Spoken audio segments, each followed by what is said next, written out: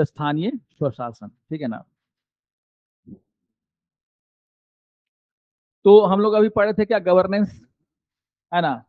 और जब गवर्नेंस हम लोग पढ़े तो अभी हम लोग क्या देखें, सुशासन की बात कर रहे थे।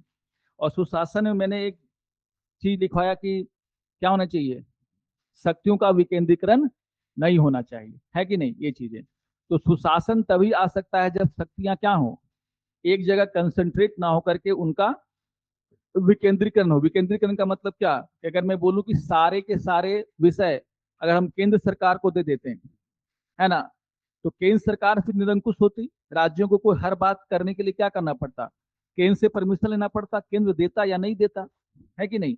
तो हमारा जो संविधान है वो किसकी बात करता है, शक्तियों के विकेंद्रीकरण की। मतलब जो पावर है वो एक जगह पर कंसंट्रेट ना हो, पावर को क्या कीजिए, डाइवर्स कीजिए। तो हमारे देखोगे हमारे संविधान में संवैधानिक संस्थाओं का जिक्र है। तो संवैधानिक संस्थाएं क्यों बनाई गई, इलेक्शन कमीशन क्यों बनाया गया, क्योंकि निष्पक्ष और स्वतंत्र चुनाव हो सके। हमने सरकार को जिम्मेदारी नहीं दी कि तुम चुनाव करवाओ, नहीं बोला कि नहीं, एक इलेक्शन कमीशन होगा जो क्या करेगा इस देश में चुनाव, उसको शक्ति दिया। सरकार के हाथों में शक्ति थोड़ी है चुनाव कराने की, किसके हाथों में है, इलेक्शन कमीशन। हमने क्या बनाया फिर, ये सीएजी बनाया, कैग। बोला कि सरकार जब पैसा खर्च करेगी जनता का तो सीएजी जाके क्या करेगा, उसका ऑडिट करेगा। तो सीएजी बनाया, उसको शक्ति दिया।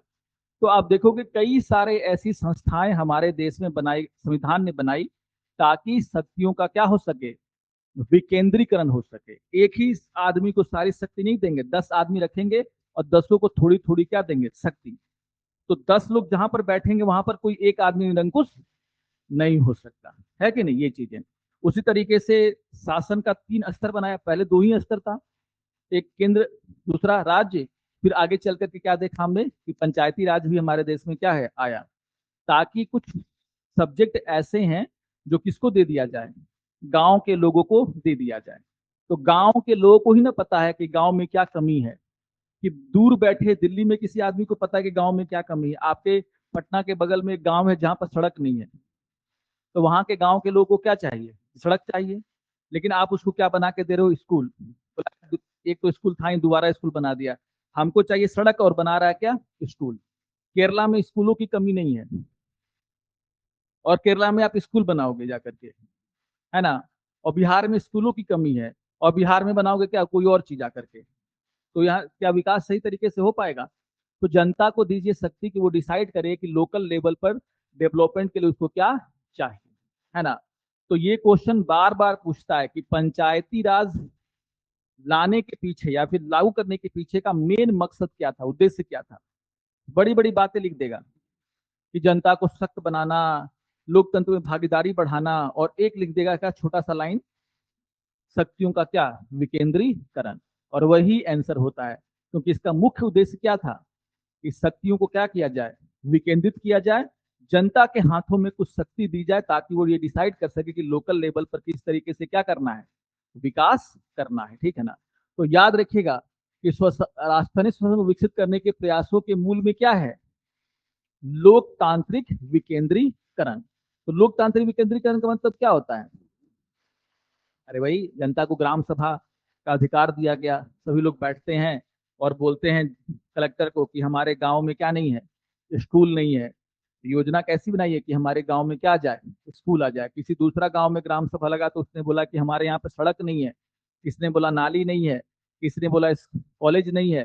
तो लोकल लेवल पर हम लोग क्या करते हैं, लोगों से राय जान करके क्या करते हैं, उनके डेवलपमेंट के लिए काम, इसी को बोलते हैं क्या, लोकतांत्रिक विकेंद्रीकरण। तो लिखो पहला बात, ठीक है ना। तो पहले क्या लिख लिया कि पंचायती राज भारत में ग्रामीण स्थानीय स्वशासन की एक प्रणाली है। देखो,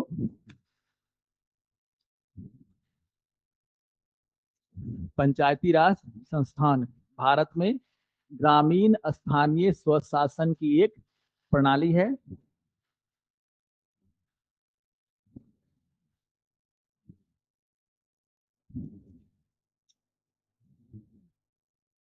ना। और ये लाइन बहुत ही इंपॉर्टेंट है, ठीक है ना। देखो कि स्थानीय स्वशासन को विकसित करने का, स्थानीय स्वशासन को विकसित करने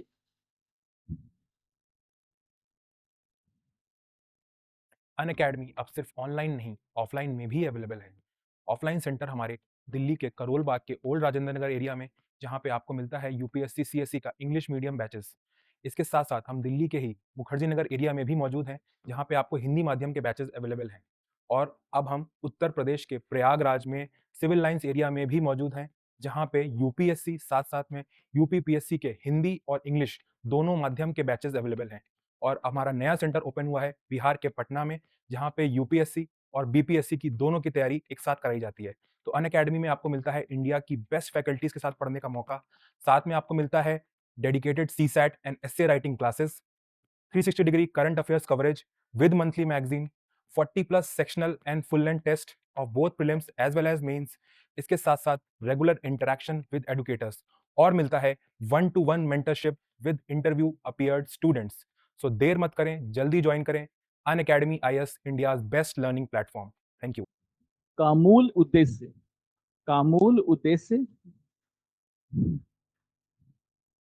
शक्तियों का, ऐसे लिखना, शक्तियों का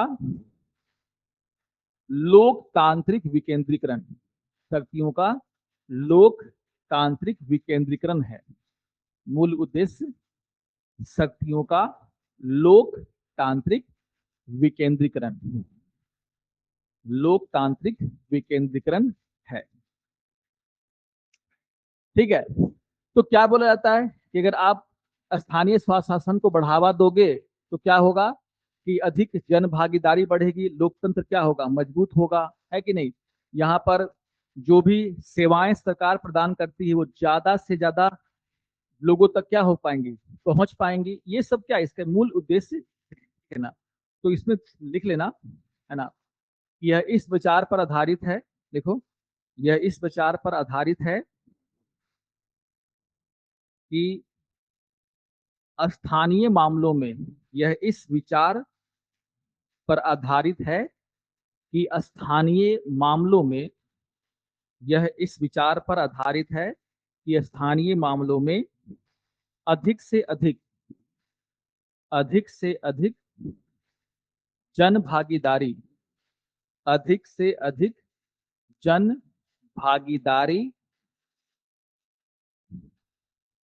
को बढ़ावा दिया जाए, अधिक से अधिक जन भागीदारी को बढ़ावा दिया जाए, जिससे जिससे सरकारी सेवाओं की गुणवत्ता, जिससे जिससे सरकारी सेवाओं की गुणवत्ता एवं पहुंच, जिससे सरकारी सेवाओं की गुणवत्ता एवं पहुंच में सुधार होगा, सुधार होगा। और ये सेवाएं और ये सेवाएं और ये सेवाएं समाज के गरीब, और ये सेवाएं समाज के गरीब और वंचित समूहों के जीवन, और वंचित समूहों के जीवन, और ये सेवाएं समाज के गरीब और वंचित समूहों के जीवन में, वंचित समूहों के जीवन में सुधार ला सकेंगी, सुधार ला सकेंगी।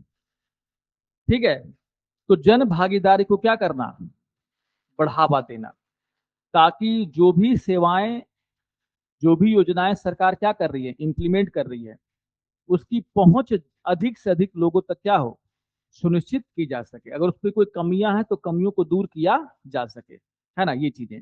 तो याद रखना, शक्तियों का क्या करना, लोकतांत्रिक विकेंद्रीकरण, ये इसका क्या था, मुख्य उद्देश्य, है ना। ज्यादा से ज्यादा अधिक भागीदारी को क्या करना, बढ़ावा देना। इससे लोकतंत्र क्या होता है, मजबूत। पंचायती राज स्वतंत्रता के पश्चात किए गए प्रयास। लेकिन दिक्कत ये था कि आप लोग सभी जानते हैं कि जो अनुच्छेद जो 40 है वो डीपीएसपी में है, और डीपीएसपी को इम्प्लीमेंट करने का अधिकार किसके पास है, राज्यों के पास है। आप इसको जबरदस्ती नहीं करा सकते। पढ़े थे ना कि फंडामेंटल राइट और डीपीएसपी में मूल अंतर क्या है, कि फंडामेंटल राइट न्यायोचित होते हैं और डीपीएसपी क्या होते हैं, गैर न्यायोचित। आप जबरदस्ती किसी चीज को इम्प्लीमेंट नहीं करा सकते। ये राज्यों का मुद्दा था। राज्यों को दिया गया कि आप अपने अपने राज्य में क्या कीजिए, पंचायती राज को इम्प्लीमेंट कीजिए। राज्यों ने इम्प्लीमेंट भी किया, लेकिन इम्प्लीमेंटेशन में एक रूपता नहीं थी। जैसे बहुत सारे राज्यों ने पंचायत तो बना दिया, लेकिन पंचायतों को अधिकार नहीं दिया। कुछ राज्यों ने दिया, कुछ राज्यों ने नहीं दिया। तो ऐसा नहीं है कि 73rd अमेंडमेंट के बाद ही पंचायत हमारे देश में आई। पंचायत स्वतंत्रता के बाद से ही हमारे राज्यों में क्या है, बनना शुरू हो गई थी। लेकिन चूंकि डीपीएसपी का पार्ट था, और डीपीएसपी के कारण अंदर होने के कारण राज्य इसको क्या कर रहे थे, अपने तरीके से इम्प्लीमेंट। और राज्यों ने जो इम्प्लीमेंट किया क्या, पंचायतों को, उसमें एक रूपता का क्या था, अभाव। जैसे बिहार ने मान लो सरपंचों को कुछ अधिकार दे दिया, यूपी ने नहीं दिया, मध्य प्रदेश ने दिया, राजस्थान ने और ज्यादा अधिकार दे दिया। तो देखने को क्या मिल रहा था, किसी राज्य में पंचायतों को अधिकार है, किसी में नहीं है। कहीं पर 5-5 साल में चुनाव हो रहा है, कहीं पर चुनाव नहीं हो रहा है। तो ऐसा बिल्कुल भी नहीं है कि 73rd अमेंडमेंट के बाद ही पंचायत हमारे देश में आए। पंचायत आजादी के बाद से ही, जब संविधान लागू हुआ तब से ही स्टेट में क्या थे, काम कर रहे थे। लेकिन पंचायतों में एक रूपता का क्या था, अभाव था। बस सेंटर ने क्या किया, 1990 में 73rd अमेंडमेंट करके 1992 में क्या किया, पंचायतों में एक रूपता लाया। एक रूपता का मतलब क्या, कि अब कहीं पर भी पंचायत होगा, हर 5 साल में उसका क्या होता है, चुनाव। पंचायतों में सीटें आरक्षित होंगी, कैसे चुनाव होगा, उसको लेकर के क्या किया गया, एक रूपता लाई गई, है ना, ये चीजें। तो याद रखिएगा कि पंचायत आज से नहीं है, आजादी के बाद जब संविधान हमारा लागू हुआ तो ऑलरेडी डीपीएसपी में क्या है, पंचायती राज को लेकर के चर्चा थी, और राज्यों ने इसको अपने अपने तरीके से क्या कर रखा था, इंप्लीमेंट कर रखा था। लेकिन केंद्र की सरकार ये हमेशा से चाहती थी कि पंचायती राज बहुत इंपॉर्टेंट चीज है, क्योंकि लोकल लेवल पर ये क्या कर रहा है, जनता के दिक्कतों को दूर करने का एक तरीके से क्या है, काम कर रहा है। इसलिए इसमें इसका सशक्त होना और इसमें एक रूपता लाना बहुत ही क्या है, जरूरी है। तो बहुत सारी कमेटियां बनी, और अंत में आप देखोगे नरसिम्हा राव ने क्या किया, एक अमेंडमेंट किया, और अमेंडमेंट करके पंचायतों में क्या किया, एक रूपता लाने का प्रयास किया। ठीक है ना। तो सबसे पहले लिख लेना, है ना, कि पहला पॉइंट इसमें लिखना है ना, कि राज्य के नीति निर्देशक तत्व, राज्य के नीति निर्देशक तत्व का अनुच्छेद 40, का अनुच्छेद 40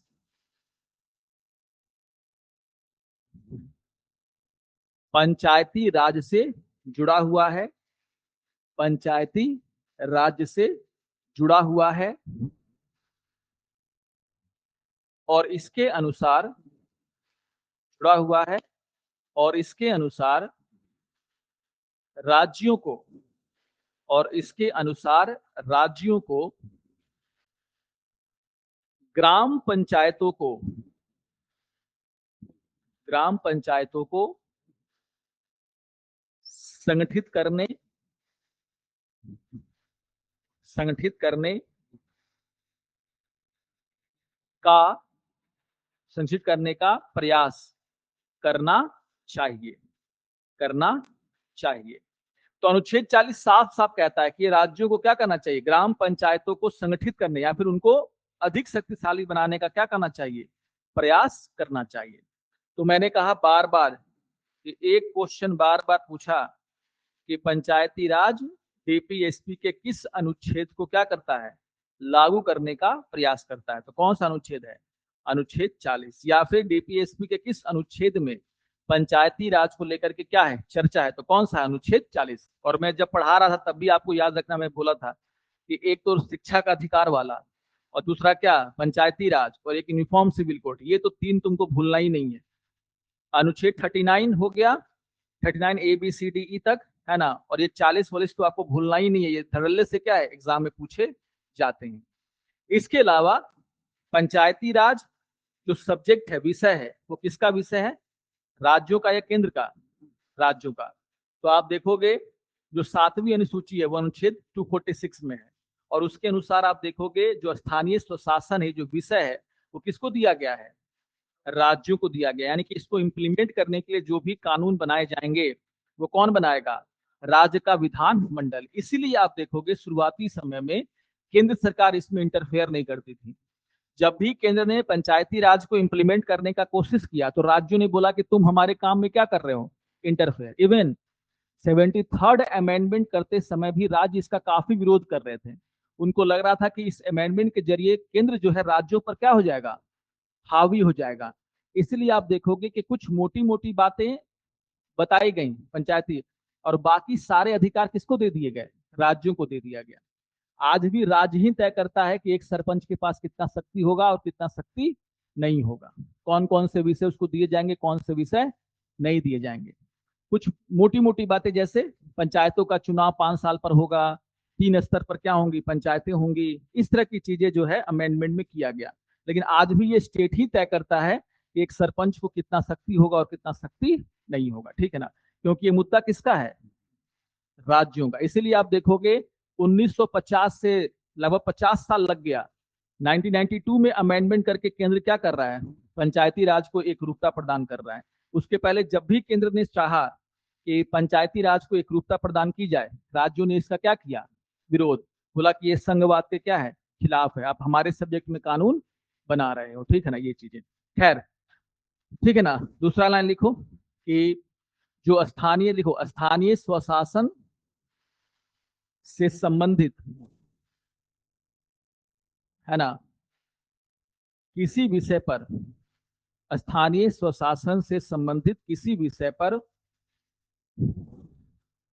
पर कानून बनाने का अधिकार, कानून बनाने का अधिकार राज्य विधानमंडल के पास है। कानून बनाने का अधिकार राज्य विधान मंडल के पास है, राज्य विधानमंडल के पास है। ब्रैकेट में क्या लिख लेना कि यह राज्य सूची में शामिल है, और अनुच्छेद 246 लिख लीजिएगा ब्रैकेट में, अर्थात यह राज्य सूची में शामिल है। तो नाम ही क्या है, स्थानीय स्वशासन। पंचायत तो बोलते हैं ना, लेकिन नाम क्या है, स्थानीय स्वशासन। तो स्थानीय नाम आ गया, इसका मतलब किस सूची में जाएगा, राज्य सूची में जाएगा। और किस अनुच्छेद में है, 7वें सूची किस में है, अनुच्छेद 246 में। आप लोगों तो पढ़ाई भी थे बीपीएससी वाला क्लास में, हम लोग बात किए ना 7वें सूची की, केंद्रीय सूची है ना, राज्य सूची और समर्थित सूची, वहां पर अनुच्छेद 246 क्लॉजेज मैंने लिखवा रखे हैं, ठीक है ना, याद रखिएगा। तो क्या है अनुच्छेद 246, है ना, यानी है ना। अच्छा, मैंने कहा डीपीएसपी में था ये, तो कुछ राज्यों ने इसको इंप्लीमेंट किया, कुछ राज्यों ने इसको इंप्लीमेंट नहीं किया। जिन राज्यों ने किया उनमें भी क्या थी, एक रूपता की कमी थी। कहीं पे 3 स्ट्रक्चर, कहीं पे 2 स्ट्रक्चर, है ना, कहीं पर 4 स्ट्रक्चर। आंध्र प्रदेश में 4 स्ट्रक्चर, मतलब जिला में भी है, गांव में भी है, और जिलों ब्लॉक लेवल पर भी है, एक और स्ट्रक्चर बना रखा था उन लोगों ने। तो मतलब कि एक रूपता का क्या था, अभाव था। कहीं किसी स्टेट में पंचायतों के पास अधिकार थे, किसी स्टेट में पंचायतों के पास अधिकार नहीं थे। कहीं पर 15-15 साल पे चुनाव हो रहा है और कहीं पर 5-5 साल पे चुनाव हो रहा है। तो देखने को मतलब मिल रहा था कि कुछ स्टेट तो इसको लेकर सीरियस थे, लेकिन कुछ स्टेट इसको लेकर के सीरियस नहीं थे। लेकिन हमारे देश में पंचायती राज को लेकर के ऑलरेडी डीपीएसपी में क्या थी, चर्चा थी। अब देखो एक चीज याद रखना कि सबको पता था, नेहरू जी को खास करके पता था, गांधीवादी सिद्धांत है ये, क्या, पंचायती राज, कि जब तक हमारे गांव नहीं विकसित होंगे तब तक हमारा देश विकसित नहीं हो सकता। तो गांवों के लेवल पर लोगों को जोड़ना पड़ेगा निर्णय लेने की प्रक्रिया में। तो क्या किया गया कि कम्युनिटी डेवलपमेंट प्रोग्राम शुरू किया गया, किसके द्वारा, सरकार के द्वारा। कब, 2 अक्टूबर 1952 में। ये वाला क्वेश्चन कितना बार पूछा, ये बीपीएससी ही, कि कम्युनिटी डेवलपमेंट प्रोग्राम यानी कि सामुदायिक विकास कार्यक्रम कब शुरू किया गया था, कब शुरू किया गया था, क्योंकि ये गांधीवादी सिद्धांत है, कब शुरू कर रहा है, 2 अक्टूबर 1952। इसका मकसद क्या था कि गांव के लोगों को क्या करना, जो निर्णय की प्रक्रिया में क्या करना, शामिल करना। यानी कि वही गांव के लोगों से पूछेंगे कि तुम्हारे एरिया में क्या क्या चीज की कमी है, और उसके हिसाब से क्या करेंगे, डेवलपमेंट का प्रोग्राम बनाएंगे। इसी को बोलते हैं सामुदायिक विकास कार्यक्रम। ये कभी कभी पूछ लेता है कि सामुदायिक विकास कार्यक्रम जो है किसके, किस पर क्या है, आधारित है या फिर किससे प्रेरित था? तो याद रखिएगा, इटावा परियोजना ये क्या था? एक अमेरिका का एक आदमी था, है ना, जिसका नाम था क्या? Albert Mayer. वो अमेरिकन नागरिक था लेकिन भारत का नागरिक बन गया था। उसने वो भारत में आया। इटावा पता ना कहाँ है? यूपी। और उसके आस पास के एरिया को डेवलप करने का उसने क्या किया? काम किया। मतलब लोगों की जन भागीदारी, मतलब बैठ के करता था, देखता था कि उसमें क्या जरूरत है। तो उसने क्या किया, क्योंकि विदेशी था, पैसा था ही, तो उसने वहां पर स्कूल बनाए, छोटी छोटी सड़कें बनाई, है ना। तो उस ये देखा गया कि वो किस तरीके से उस छोटे से एरिया को क्या कर रहा है? डेवलप कर रहा है। तो क्या डेवलप कर रहा है? जनता की भागीदारी से। जनता से पूछ रहा है कि तुम्हारे एरिया में किस चीज की कमी है। बोला, किसी ने बोला सड़क की कमी, तो वहां पर क्या बना दिया? सड़क। किसी ने बोला कि हमारे गांव में स्कूल नहीं, तो वहां पर क्या बना दिया? स्कूल। किसी ने कहा कि बाजार यहाँ पर लगना चाहिए, उसके लिए क्या है? कुछ व्यवस्था कीजिए।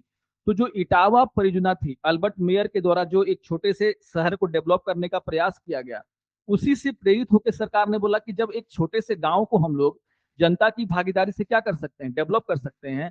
तो अगर इसको पूरे देश में इंप्लीमेंट किया जाए तो हर गांव का क्या हो जाएगा? विकास हो जाएगा। तो इसी से प्रेरित होकर के उस समय की सरकार ने, नेहरू ने क्या किया? सामुदायिक विकास कार्यक्रम की स्थापना की, कि गांव गांव में क्या करेंगे? इसी तरीके से ग्राम सभा उभा लगनी चाहिए, और वहां जनता की भागीदारी से क्या होगा? गांवों का विकास होगा। इसी को बोला गया क्या?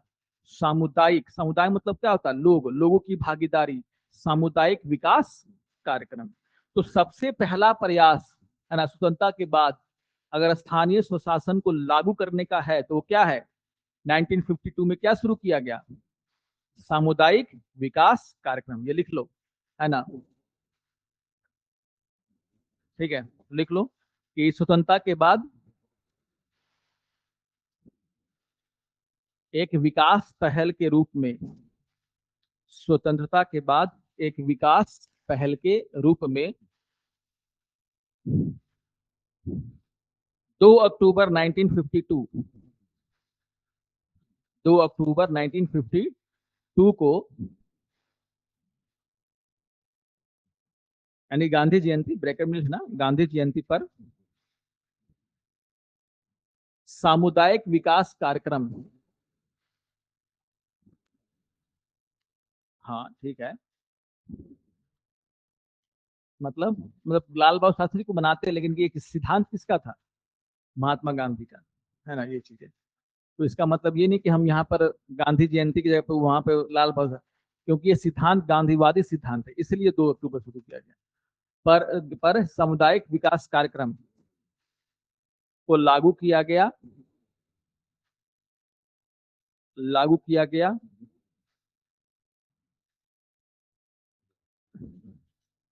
जिसकी प्रेरणा,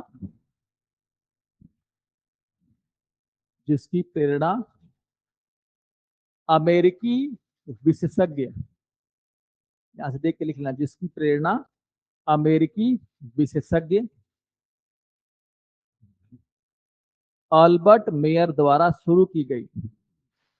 ये बहुत इंपॉर्टेंट है, अल्बर्ट मेयर वाला, है ना, इटावा परियोजना अल्बर्ट मेयर द्वारा शुरू की गई इटावा परियोजना से प्राप्त हुई थी। तो जनरली देखो, ऐसा नहीं कि बीपीएससी है तो तुम्हारा, बीपीएससी है तो वो तो राज्य की पंचायत से क्वेश्चन पूछेगा, ऐसा नहीं है। क्वेश्चन वो पूछता है जनरली पंचायती राज से। ये क्वेश्चन कितना बार पूछा बीपीएससी वाला, ठीक है ना, ये चीज। हाँ, लेकिन ये याद रहना चाहिए कि बिहार में कितने पंचायतों की संख्या है, ये सब मैं लिखवा दूंगा, ठीक है ना, ये चीजें ये से प्राप्त हुई थी, ठीक है ना। तो मतलब इसका मुख्य उद्देश्य क्या था? ग्रामीण जीवन में सामाजिक आर्थिक क्या लाना? परिवर्तन लाना। और इसमें ग्रामीण जनता को क्या करना? शामिल करना। तो लिख लेना, मुख्य उद्देश्य। किसका मुख्य उद्देश्य? सामुदायिक विकास कार्यक्रम का। तो लिख लेना मुख्य उद्देश्य, मुख्य उद्देश्य। तो क्या लिखोगे? ग्रामीण जीवन में सामाजिक आर्थिक परिवर्तन लाना। तो देश जब आजाद हुआ तो देश का विकास करना था, और जब तक गांव का विकास नहीं होगा तब तक देश का विकास होगा कैसे? और इसी उद्देश्य से क्या किया गया? सामुदायिक विकास कार्यक्रम शुरू किया गया। ताकि गांव गांव में जो भी अधिकारी लोग हैं, कलेक्टर वगैरह, ये सब क्या करें, ग्राम सभाओं का आयोजन करें, जनता से मिले बैठें, उनसे पूछें कि आपके जिले में, आपके गांव में क्या कमियां हैं, और उसके हिसाब से प्रोजेक्ट बना करके उसको क्या किया जाए, डेवलप किया जाए। बहुत अच्छी बात है कि नहीं? लेकिन ये योजना फेल हो गई। क्या हो गई? फेल। फेल क्यों हुई? इसके पीछे का रीजन पूछता है, ठीक है ना? तो मैं क्या कह रहा हूं, है ना, कि सामुदायिक विकास कार्यक्रम शुरू किया गया, लेकिन यह प्रयास क्या रहा? असफल। और इसकी असफलता के मुख्य कारण क्या थे? इसकी असफलता का मुख्य कारण था, है ना, नौकरशाही का प्रभाव। अब मैंने बोला कि कलेक्टर के ऊपर छोड़ दिए, राज्य के जो अधिकारी उनके ऊपर छोड़ दिया गया कि आप क्या कीजिए, देखिए कि हाँ गांव गांव में जाके सर्वे कराइए, जनता से मिलिए। अब नौकरशाही, हमारे जो कलेक्टर हैं वो तो नौकरशाही मानसिकता से क्या है, ग्रसित हैं। वो बोले कि हम तो कलेक्टर हैं, तो हम गांव में काहे जाएंगे, गांव के लोग हमारे पास आए अपना शिकायत लेकर के कि मेरे गांव में सड़क नहीं है, फिर हम उनको 2-4 दिन दौड़ाएंगे, बताना पड़ेगा ना, बाबू हैं, है कि नहीं? तो क्या है, 2-4 दिन दौड़ाएंगे, 5वां दिन मिलेंगे, उनसे मिलेंगे तो बोलेंगे जल्दी जल्दी बताओ बहुत काम है कि नहीं? देखो ना, बड़ा बड़ा ऑफिसर लोग आपको जानबूझ के बिजी दिखाएगा अपने आप को। जाइएगा उनसे रूम में मिलने के लिए, जल्दी बोलो 5 मिनट में हमको जाना है मीटिंग में।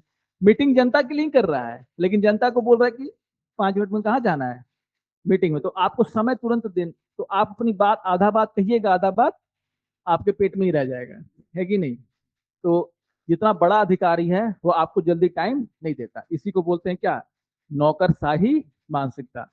जबकि वो क्या है, जनता का नौकर ही तो है। कलेक्टर का मेन काम क्या है, अपने एरिया का विकास करना, जनता से मिलना जुलना, उससे जनता के जो प्रॉब्लम है उसको समझना, ताकि वो राज्य सरकार या केंद्र सरकार तक उन बातों को क्या कर सके, पहुंचा सके, है ना?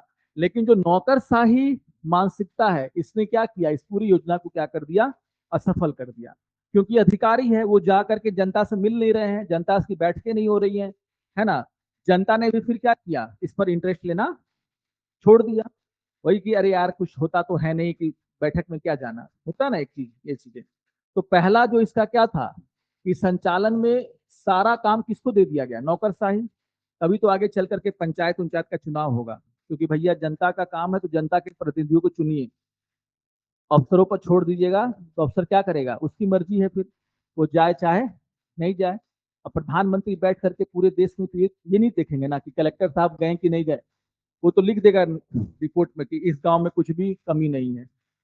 अब प्रधानमंत्री जाएंगे चेक करने के लिए कि वो गांव में गया था कि नहीं गया था, है कि नहीं? तो लिखो, है ना, यह प्रयास असफल रहा, क्योंकि ये पूछ लेता है, जब आपको मेंस में आंसर राइटिंग होगा तो उसमें आपको बताना पड़ सकता है, तो क्यों रहा असफल? क्योंकि पहला क्या होगा, है ना, लिख लेना, अगर शॉर्ट में लिखना चाहते हो तो लिख लेना, नौकरशाही मानसिकता, है ना। पहला क्या है, नौकरशाही मानसिकता। दूसरा क्या है, जनता में की सहभागिता का अभाव। ग्राम सभा लगी, ग्राम सभा में कोई जनता ही ना आए तो क्या वो सफल होगा? नहीं ना। तो दूसरा क्या है, जनता की सहभागिता का अभाव।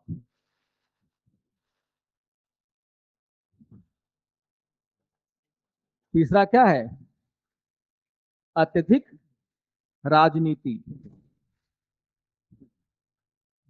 अत्यधिक राजनीति।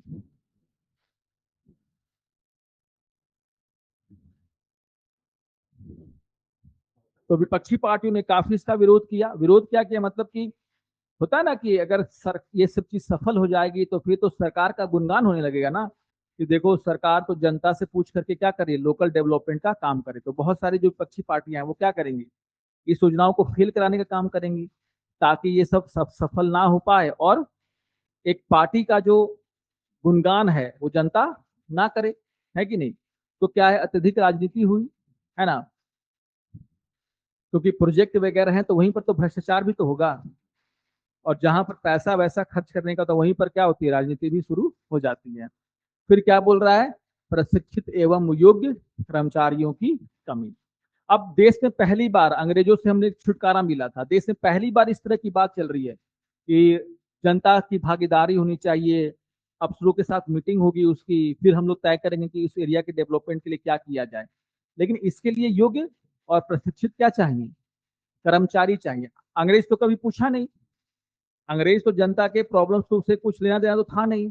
कि पहली बार इस देश में ऐसा हो रहा था कि जनता से पूछ करके कार्यक्रम बनाया जाएगा।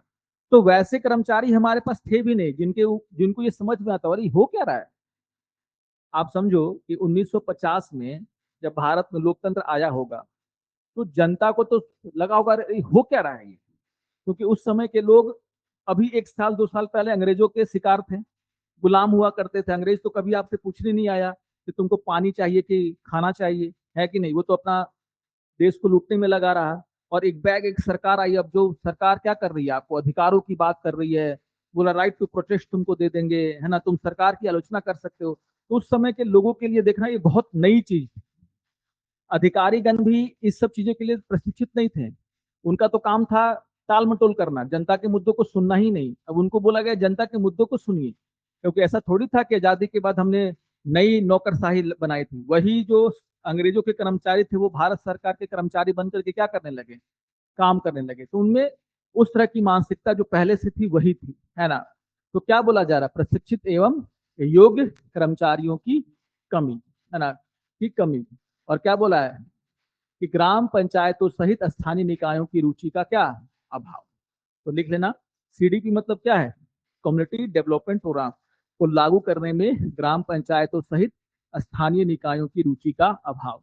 तो ग्राम पंचायत तो आजादी के बाद बनने शुरू हो गए थे, है ना, लेकिन उन्होंने इस पर कोई रुचि नहीं दिखाई। तो ये कुछ कारण थे जिसके कारण जो कम्युनिटी डेवलपमेंट प्रोग्राम जो है वो क्या हो गया, फेल हो गया। नेहरू जी को बहुत बुरा लगा कि अरे यार इतना अच्छा योजना, और अगर ये देश में अगर लागू हो जाए अच्छे तरीके से तो देश का विकास कई गुना तेजी से क्या होगा, बढ़ जाएगा।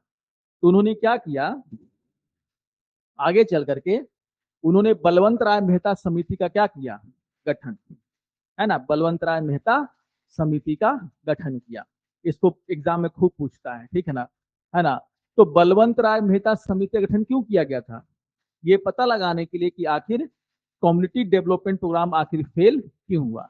जो मैंने यहाँ पर आपको लिखवाया ना, ये एक्चुअली में बलवंत राय मेहता कमेटी की रिपोर्ट में लिखा हुआ था कि इन कारणों से जो है क्या हुआ है, सीडीपी प्रोग्राम क्या हो गया, फेल हो गया। और उसने सबसे बड़ा कारण किसको बताया, जनता की सहभागिता का ना होना। बोला कि जनता ही अगर नहीं निकलेगी इसमें, अगर इसका साथ नहीं देगी तो ऑलरेडी ये तो इसके कोर में ही क्या है, जनता है ना। जनता से बैठक करेंगे, जनता से पूछेंगे और उनसे पूछ करके क्या बनाएंगे, डेवलपमेंट के प्रोजेक्ट। और अगर जनता ही इसमें रुचि ना ले तो ऑलरेडी ये तो प्रोग्राम क्या हो जाएगा, फेल हो जाएगा।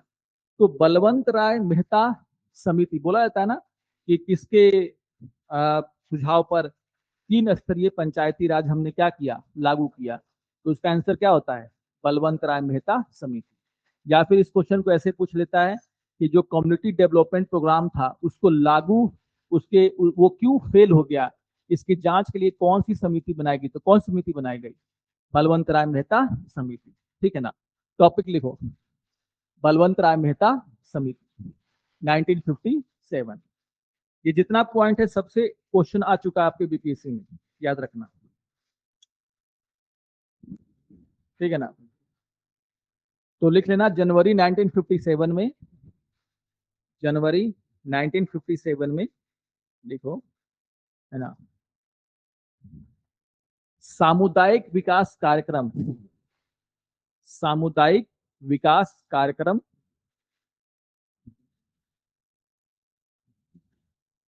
सामुदायिक विकास कार्यक्रम 1952 तथा राष्ट्रीय विस्तार सेवा 1953। ये क्या है राष्ट्रीय विस्तार सेवा, जैसे मैंने क्या किया, जो सामुदायिक विकास कार्यक्रम था ना, इसको पूरे देश में क्या किया गया, धीरे धीरे लागू किया गया। और उसके लिए जो योजना बनाई गई थी उसको हम लोग क्या बोलते हैं, राष्ट्रीय विस्तार सेवा। तो सामुदायिक विकास कार्यक्रम तथा राष्ट्रीय विस्तार सेवा को बेहतर, ऐसे लिखना शॉर्ट में, बेहतर बनाने के लिए, बेहतर बनाने के लिए एक समिति का गठन किया। अनअकैडमी अब सिर्फ ऑनलाइन नहीं, ऑफलाइन में भी अवेलेबल है।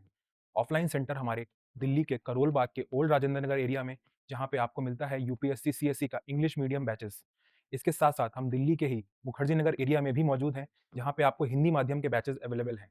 और अब हम उत्तर प्रदेश के प्रयागराज में सिविल लाइंस एरिया में भी मौजूद हैं, जहाँ पे यूपीएससी साथ साथ में यूपीपीएससी के हिंदी और इंग्लिश दोनों माध्यम के बैचेस अवेलेबल हैं। और हमारा नया सेंटर ओपन हुआ है बिहार के पटना में, जहाँ पे यूपीएससी और बीपीएससी की दोनों की तैयारी एक साथ कराई जाती है। तो अनअकैडमी में आपको मिलता है इंडिया की बेस्ट फैकल्टीज के साथ पढ़ने का मौका। साथ में आपको मिलता है dedicated CSAT and essay writing classes, 360 degree current affairs coverage with monthly magazine, 40 plus sectional and full length test of both prelims as well as mains.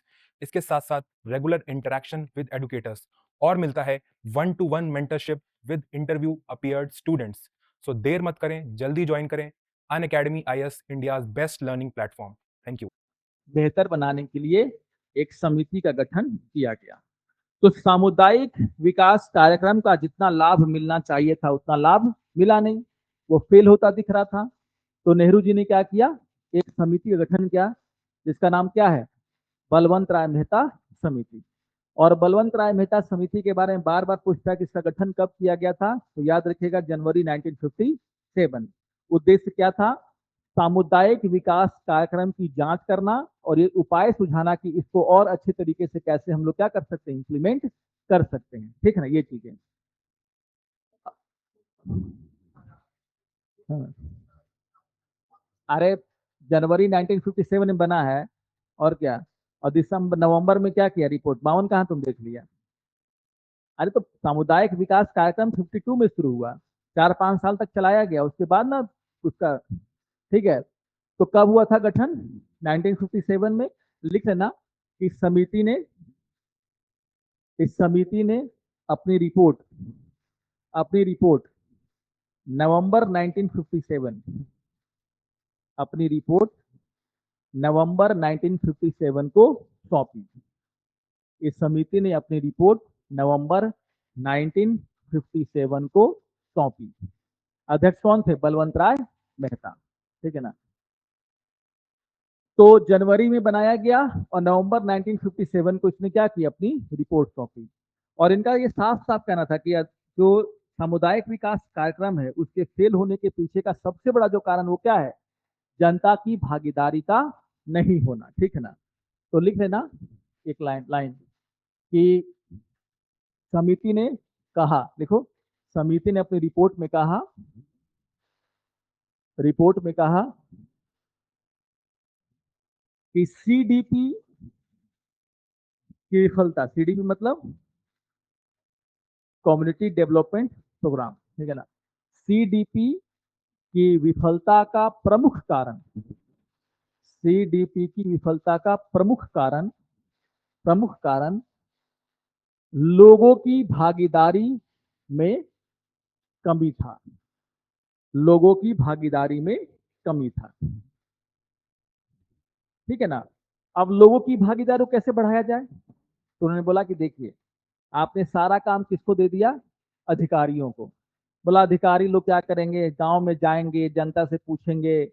अधिकारी नौकरशाही मानसिकता से ग्रसित है, कोई आया नहीं आया, कुछ बात।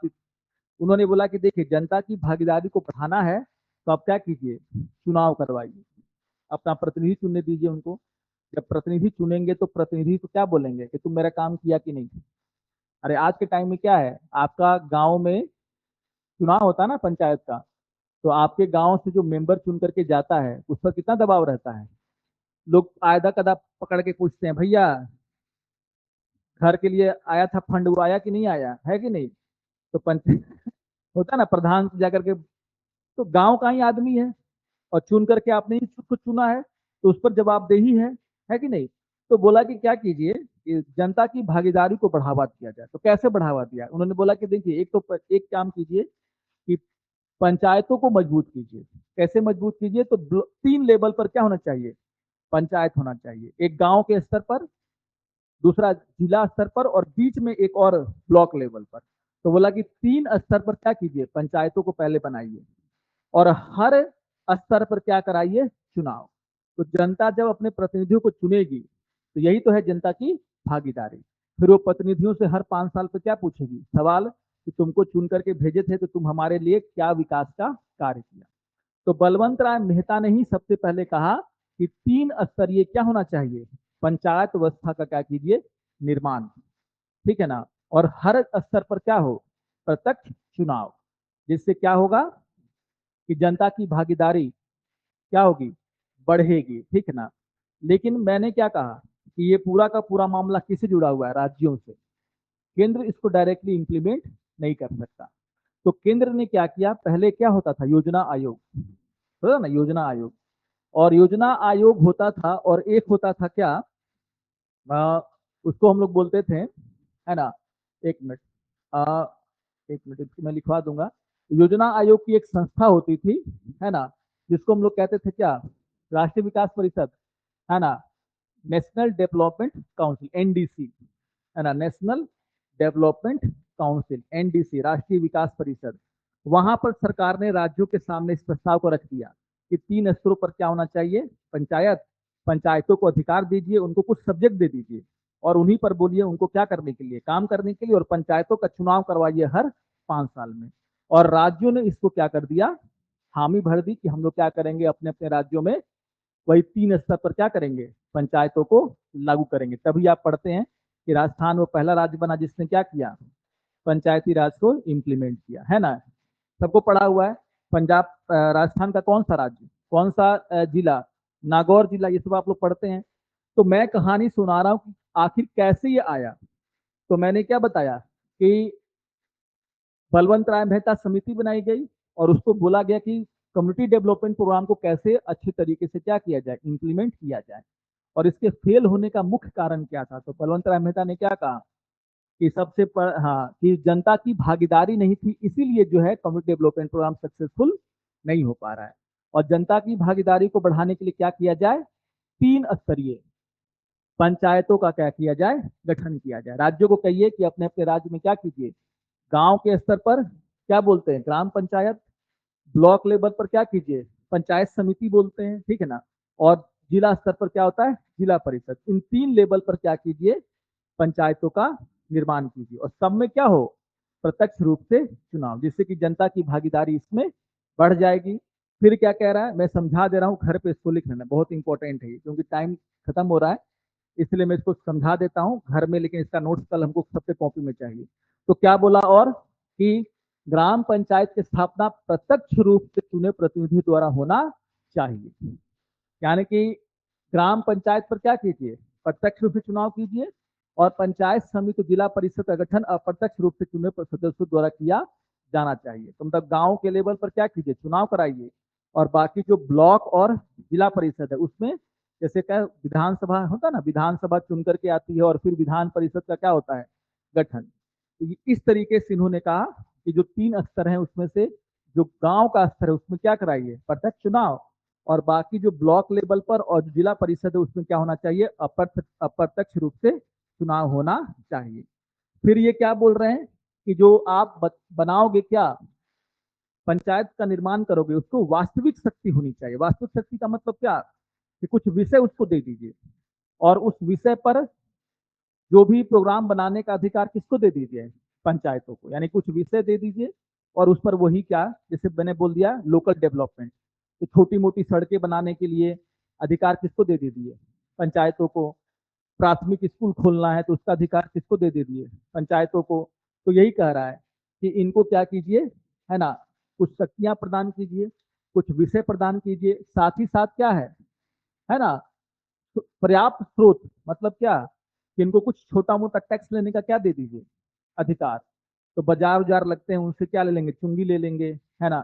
छोटे मोटे टैक्स लेने का क्या दीजिए, इनको अधिकार दीजिए, ताकि इनके पास क्या होगा, कुछ पैसे भी होंगे, ताकि वो छोटे मोटे डेवलपमेंट के कार्यों को क्या कर पाएंगे, अपने तरीके से इंप्लीमेंट कर पाएंगे। तो इस तरीके से उन्होंने क्या किया, है ना, क्या किया, अपनी सिफारिशें प्रस्तुत की। ठीक है। तो बलवंत राय मेहता ने पहली बार क्या कहा था, 3 स्तरों पर क्या होना चाहिए, पंचायतों का गठन किया जाना चाहिए। और मैंने क्या कहा कि इसको जो है क्या किया गया, वही कम्युनिटी डेवलपमेंट प्रोग्राम में रखा गया। मतलब कि जब योजना आयोग की बैठक हुई और एनडीसी का जब बैठक हुआ, एनडीसी क्या था, एनडीसी के मेंबर कौन होते थे, प्रधानमंत्री और राज्यों के मुख्यमंत्री। जब उनकी बैठक हुई तो इस प्रस्ताव को सरकार ने कहाँ रख दिया, राज्यों के सामने, क्योंकि मामला किसका है, राज्यों का है। संसद यहाँ पर कानून नहीं बना सकती, नहीं तो बनाती तो क्या हो जाता, वही राज्य के विषय में इंटरफेयर।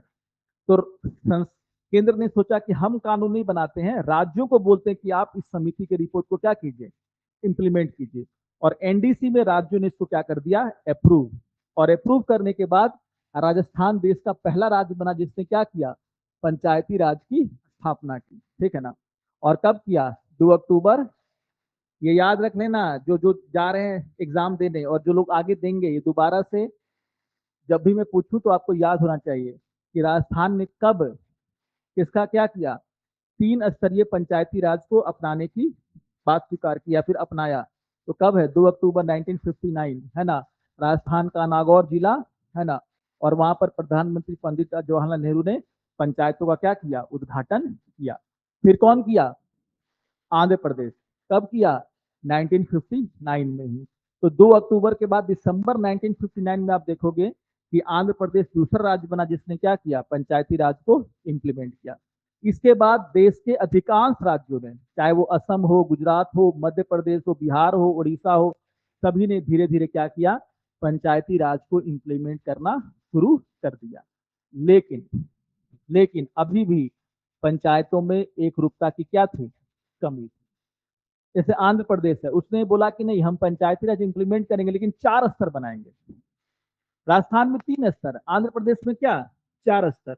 जैसे विषय देने की बात कही गई तो राजस्थान ने कुछ विषय दे दिए, आंध्र प्रदेश को दूसरा विषय दिया है। तो राज्यों ने क्या किया, इंप्लीमेंट तो किया लेकिन अपने अपने तरीकों से। अभी भी क्या था, पंचायतों में एक रूपता की कमी थी, शक्तियों की कमी थी।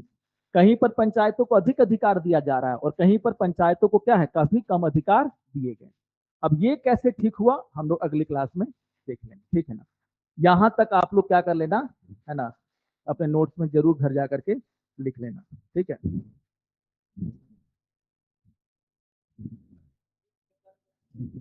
हाँ हाँ, मैं आगे जाओगे तो सारा कुछ है, कितना समिति पढ़ोगे, है ना। सारा समिति है, अशोक मेहता समिति है, देख लो। फिर उसके बाद भी क्या है, हनुमंत पूछता है ना, 4-5 समिति का नाम दे देगा, बीपीएससी वाला 4 समितियों का नाम लिख देगा और बोलेगा कि इसमें से कौन सी समितियां पंचायती राज से संबंधित नहीं है, ठीक है ना। तो ये जितना समिति है ना, सबको क्या करना होगा, आपको याद करना होगा, ठीक है ना। तो सब कुछ नोट्स में है, ठीक है।